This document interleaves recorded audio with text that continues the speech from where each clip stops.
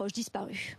Merci Mélanie. On rappelle cette information. François Hollande présidera un conseil restreint de sécurité et de défense tout à l'heure à 9 h à l'Elysée. François Hollande, Emmanuel Valls qui se trouve actuellement à l'Elysée.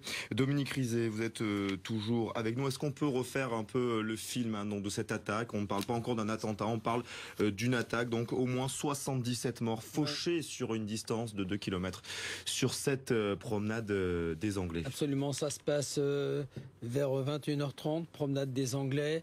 Le public est ici en train d'observer, d'admirer le feu d'artifice.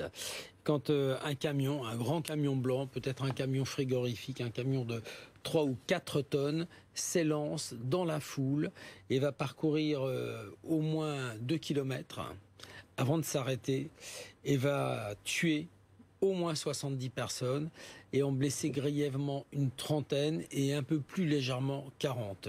Le camion est conduit par une seule personne, un homme qui va être abattu par la police. On ne sait pas s'il s'agit de la police municipale ou de la police nationale.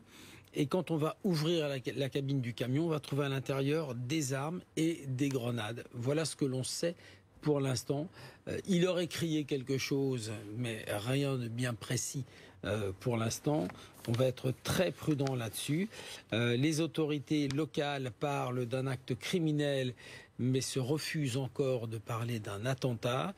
Mais la section le pôle antiterroriste parisien a été saisi de cette opération et la police technique et scientifique est descendue de Lyon pour travailler à Nice sur les premiers indices, essayer de retrouver quelque chose dans le camion qui pourrait, ou sur le conducteur, laisser penser que il était mandaté par quelqu'un pour faire cela. En tout cas, pas de revendication pour l'instant, donc extrême prudence. Et un travail très compliqué de cette police scientifique sur place qui doit récolter énormément d'indices. Comment est-ce que ça va se passer? Absolument. Alors, il va y avoir beaucoup de choses qui vont être collectées.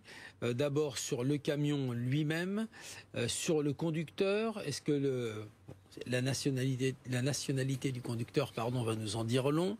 Son histoire va nous en dire long aussi. On saura quand on aura son identité, s'il était fiché. Allons jusqu'au bout de cette hypothèse-là, en tout cas, si c'est quelqu'un qui était converti, si c'est quelqu'un qui était connu, si c'est quelqu'un, vous l'avez dit, Caroline, qui était fiché ou susceptible de passer à l'acte. À partir de ce moment-là, on aura peut-être une revendication. Savoir d'où vient ce camion, de quelle entreprise, est-ce qu'il avait été préparé, d'où viennent les armes qu'on a trouvées à l'intérieur. Et puis ensuite, il y aura beaucoup plus macabre et terrible pour les familles, le type de blessures des familles. À l'évidence, il y aura des enfants parmi les blessés, parce que quand on vient voir une cérémonie un 14 juillet et qu'on veut se réjouir de ce spectacle, on y vient en famille avec des enfants. Donc c'est encore un nouveau drame, c'est l'un des pires attentats qu'ait connu la France. On va tout de même dire qu'on dispose de très peu d'informations sur ce chauffeur. Pour l'instant, on l'ignore s'il a agi seul ou s'il y avait plusieurs assaillants. L'enquête, en tout cas, a déjà commencé. Vous nous le disiez, Dominique, elle est en cours et on attend d'en savoir plus. Et on reste mobilisé toute la nuit sur BFM TV pour vous parler des derniers éléments de cette attaque qui s'est produite peu après 22h30 sur la promenade des Anglais à Nice. Un camion a foncé dans la foule alors que des milliers de personnes assistaient au feu d'artifice en ce jour de fête nationale. On va écouter Christian Estrosi, le président de la région Provence-Alpes-Côte d'Azur, l'ancien maire de Nice. Pour lui, le camion était chargé d'armes et de grenades. C'est une information non confirmée officiellement pour l'instant. Il nous parle de l'exceptionnel plan d'urgence qui est mis en place actuellement. C'est le pire drame que notre ville, voire notre région, ait pu connaître dans notre histoire contemporaine.